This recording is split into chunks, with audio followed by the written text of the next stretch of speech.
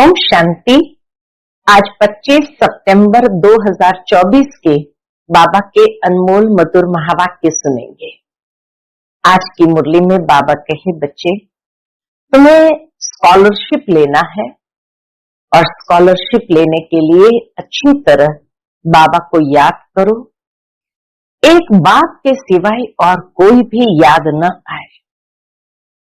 दूसरा बाबा कहे, विनाश काल है और विनाश काल के लिए ही कहा जाता है कि विनाश काले विपरीत बुद्धि विनश्यन्ति, विनाश काले प्रीत बुद्धि विजयन्ति। तो बाबा कहे, तुम बच्चों को इस विनाश काल में प्रीत बुद्धि बनना है।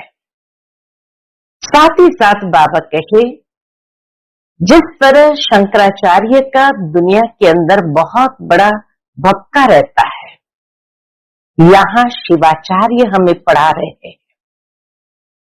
शिवाचार्य का कोई भी भक्का नहीं, इतना निरअहंकारी बन ओबीडियंट सर्वेंट बनते हैं, हम बच्चों की सेवा करते हैं।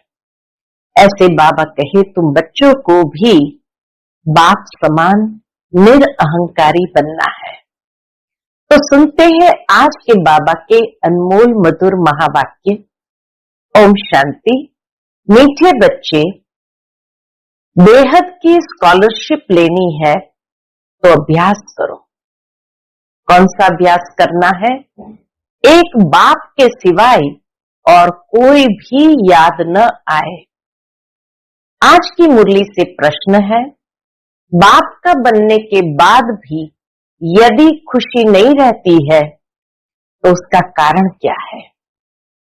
उत्तर, पहला कारण बाबा ने बताया, बुद्धि में पूरा ज्ञान नहीं रहता, इसीलिए खुशी गायब हो जाती है।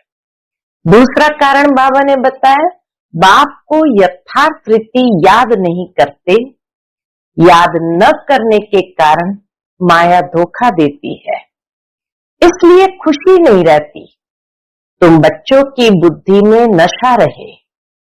बाप हमें विश्व का मालिक बनाते हैं तो सदा उल्लास और खुशी रहे।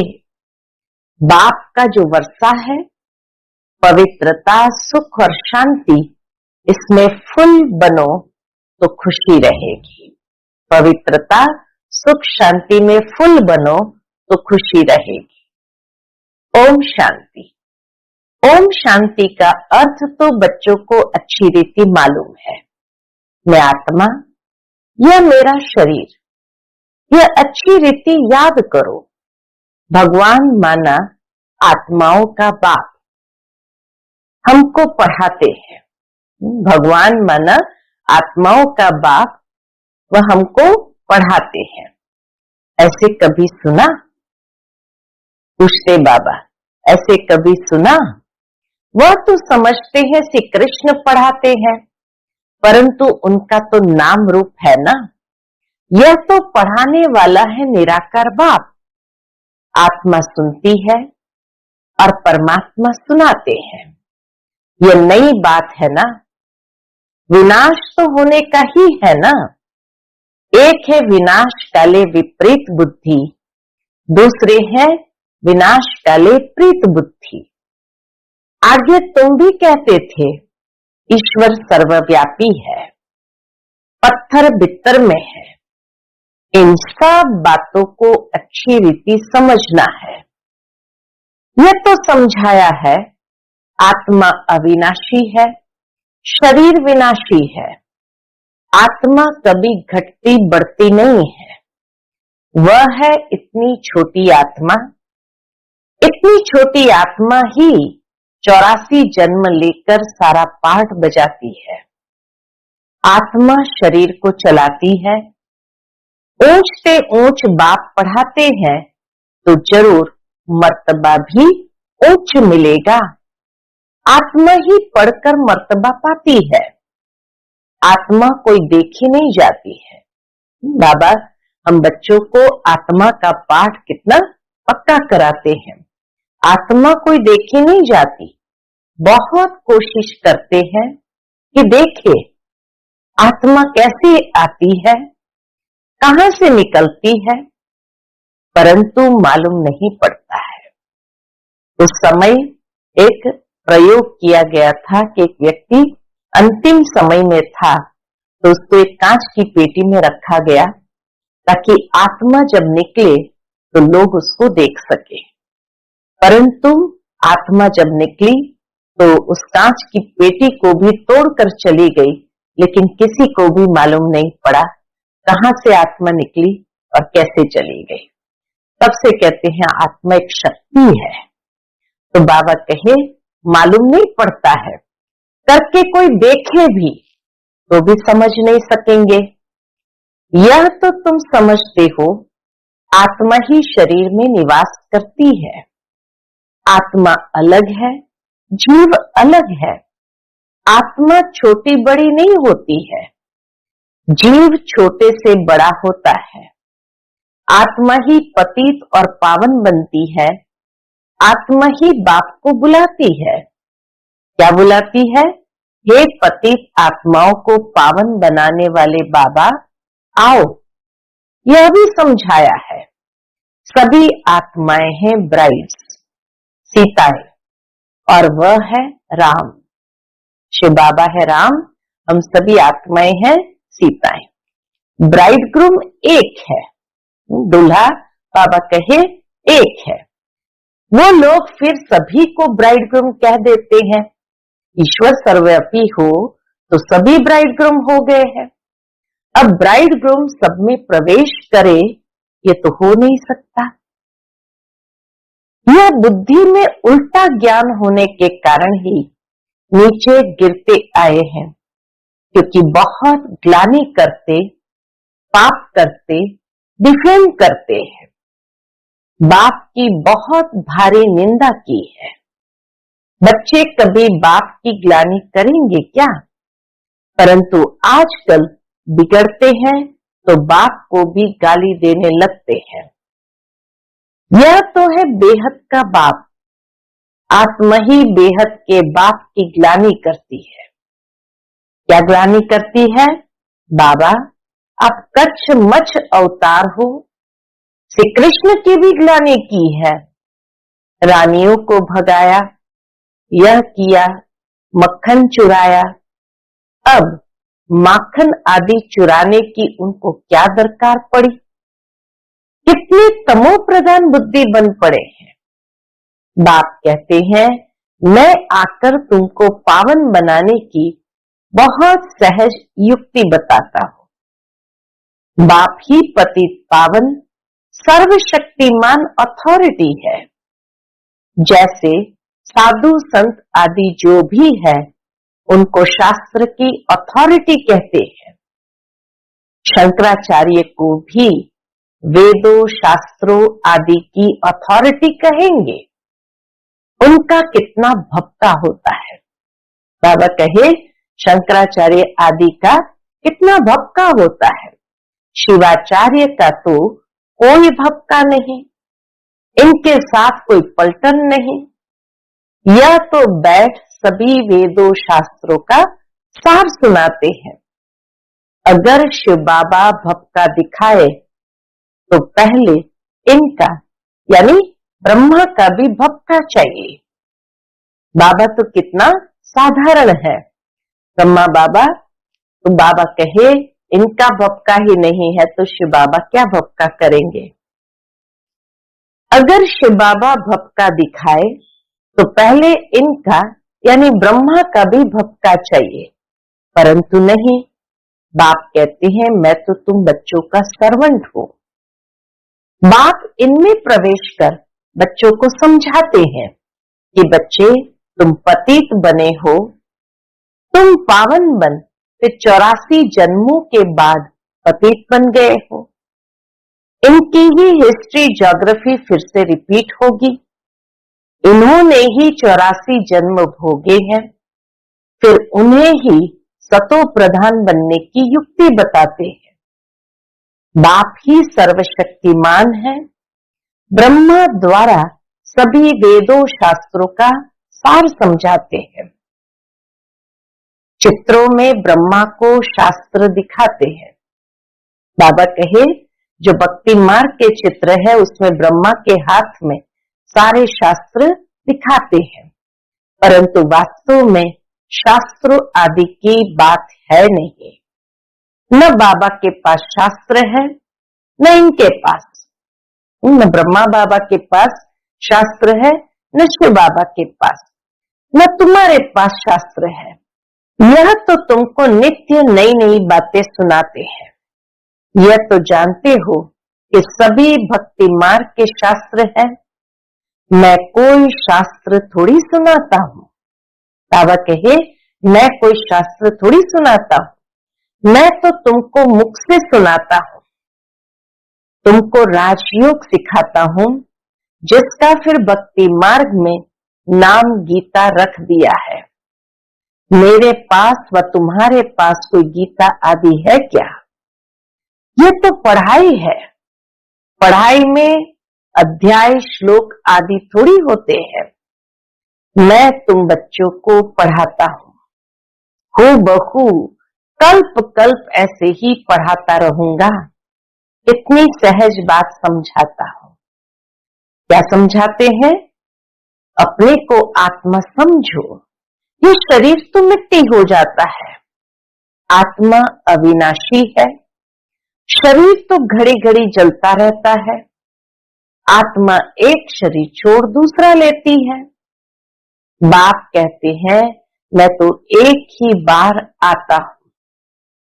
शिवरात्रि मनाते भी है, वास्तव में होना चाहिए शिव जयंती, परंतु जयंती कहने से माता के गर्भ से जन्म हो जाता है, इसलिए शिवरात्रि कह देते हैं। शिवरात्रि कहने से माता के गर्भ से जन्म हुआ ये बात ही नहीं आती है। द्वापर कलयुग की रात्रि में मेरे को ढूंढते हैं, कहते हैं सर्वव्यापी है, तो तेरे में भी है ना, वे धक्के क्यों खाते हो? एकदम जैसे देवता जैसे आसुरी संप्रदाय के बन जाते हैं। बाबा कहे एकदम जैसे देवता से आसुरी संप्रदाय के बन जाते हैं। देवताएं कभी शराब पीते हैं क्या?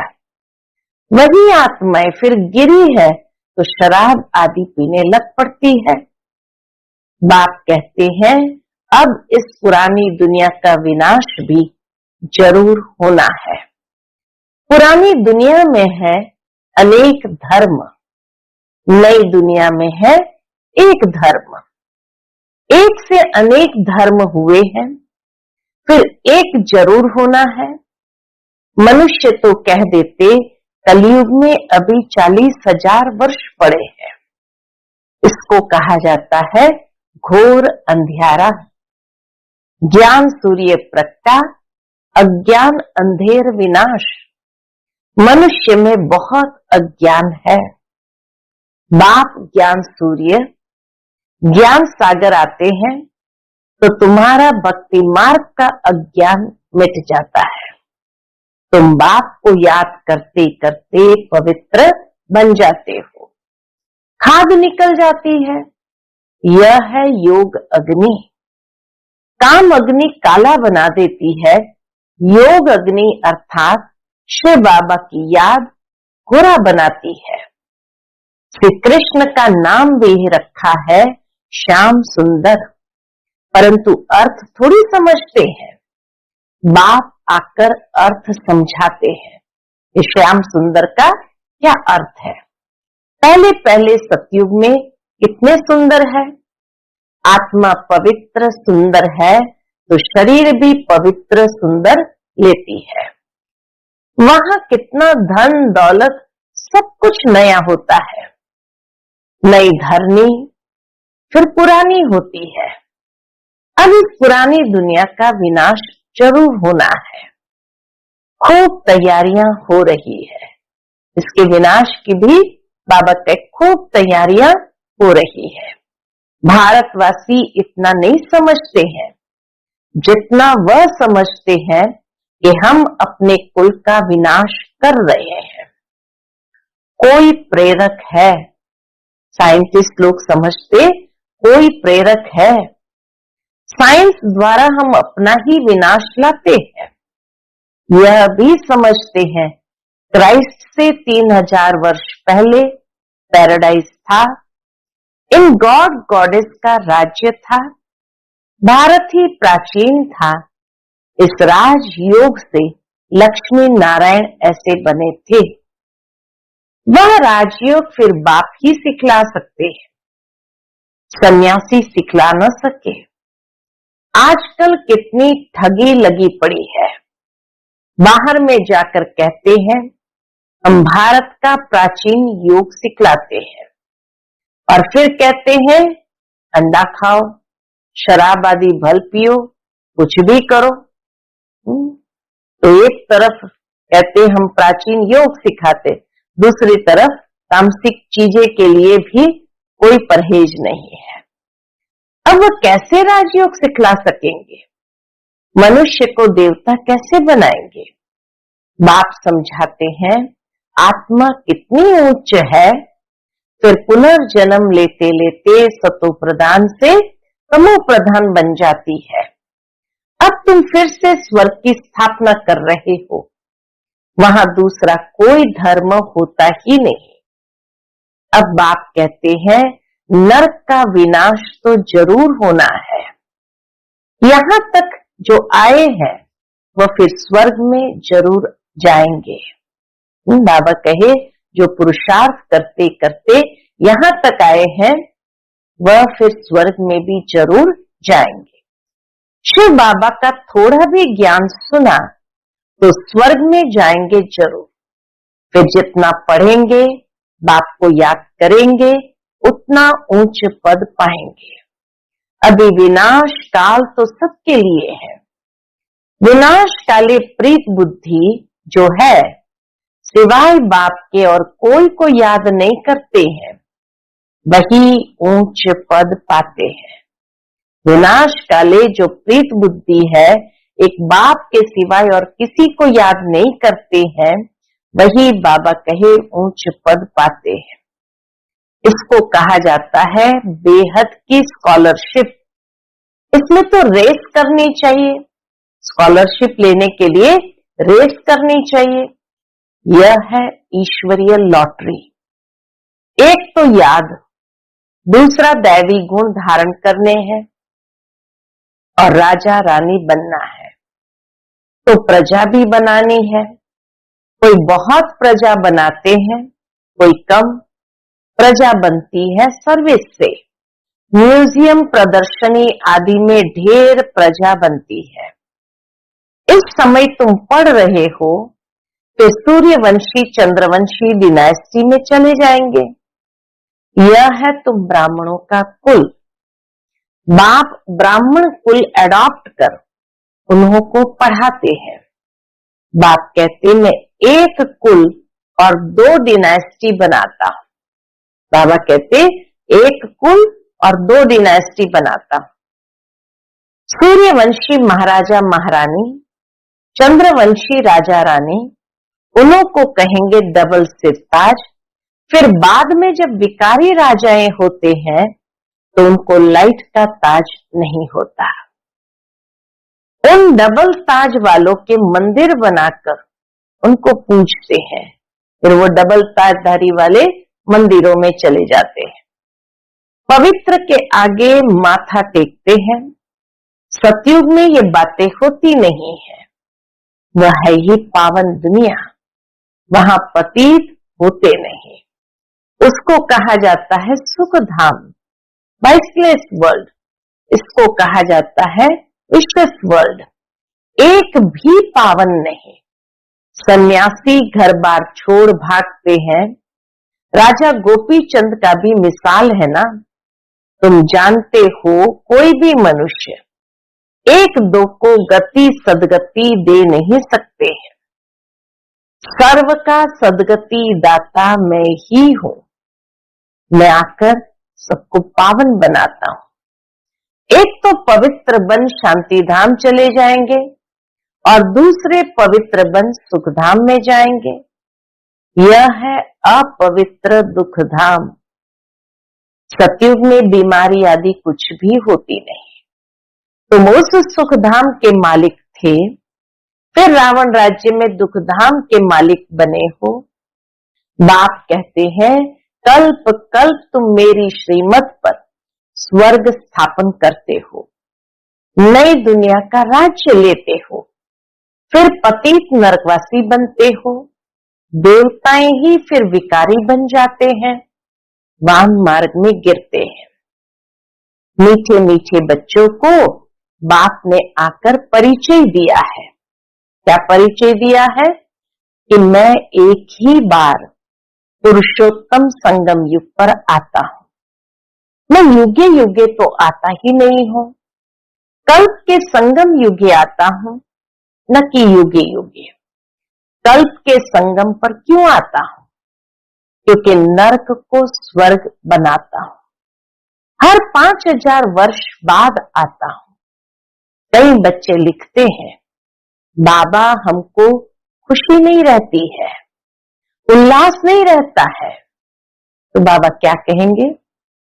अरे बाप तुमको विश्व का मालिक बनाते हैं, ऐसे बाप को याद कर तुमको खुशी नहीं रहती है?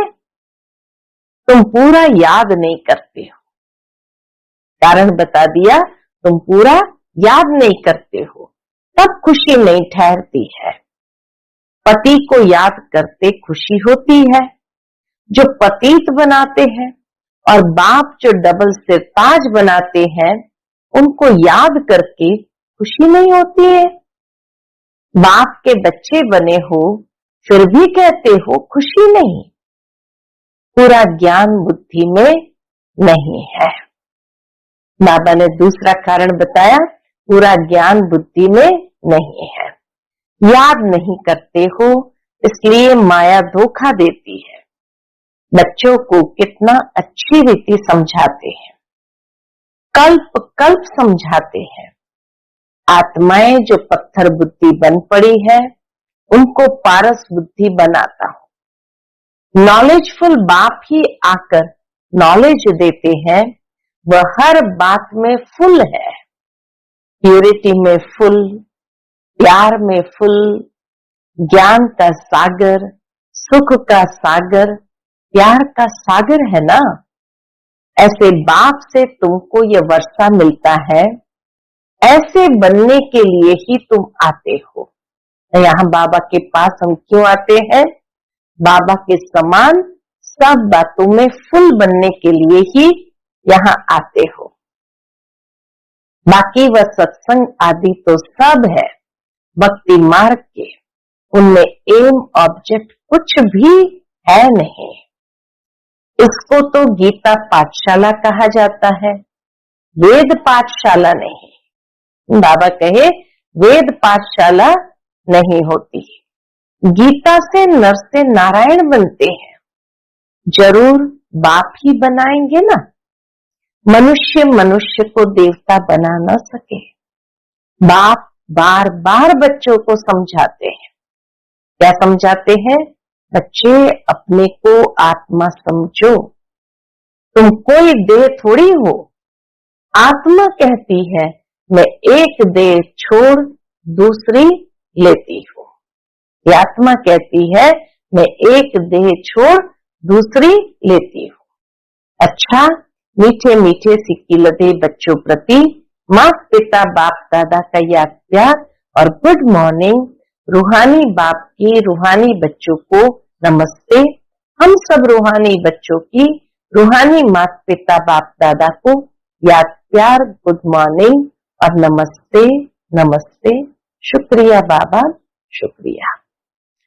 आज की मुरली से धारणा के लिए मुख्य सार है। पहली पॉइंट, जैसे शिव बाबा का कोई भक्ता नहीं, सर्वेंट बन बच्चों को पढ़ाने के लिए आए हैं, ऐसे बाप समान अथॉरिटी होते हुए भी निरअहंकारी रहना है। पावन बनकर पावन बनाने की सेवा करनी है। दूसरी पॉइंट, विनाश काल के समय ईश्वरीय लॉटरी लेने के लिए प्रीत बुद्धि बन याद में रहने व दैवी गुणों को धारण करने की रेस करनी है।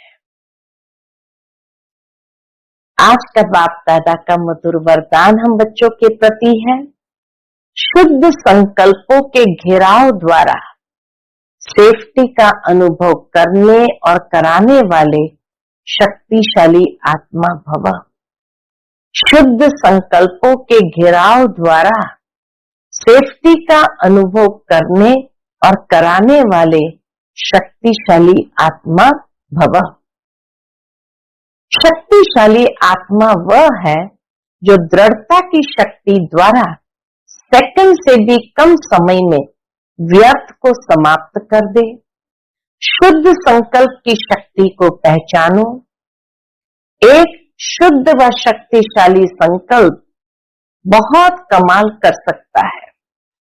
सिर्फ कोई भी दृढ़ संकल्प करो तो दृढ़ता सफलता को लाएगी। दृढ़ता सफलता को लाएगी। सबके लिए शुद्ध संकल्पों का बंधन घेराव ऐसा बांधो जो कोई थोड़ा कमजोर भी हो, उनके लिए भी यह घेराव एक छत्र छाया बन जाए। अब कहे दूसरों के लिए भी ये घेराव एक छत्र छाया बन जाए, सेफ्टी का साधन व किला बन जाए। आज का स्लोगन है, सबसे श्रेष्ठ भाग्य उनका है जिन्हें डायरेक्ट भगवान द्वारा पालना, पढ़ाई और श्रेष्ठ जीवन की श्रीमत मिलती है। सबसे श्रेष्ठ भाग्य उनका है जिन्हें डायरेक्ट भगवान द्वारा पालना, पढ़ाई और श्रेष्ठ जीवन की श्रीमत मिलती है। अच्छा, ओम शांति।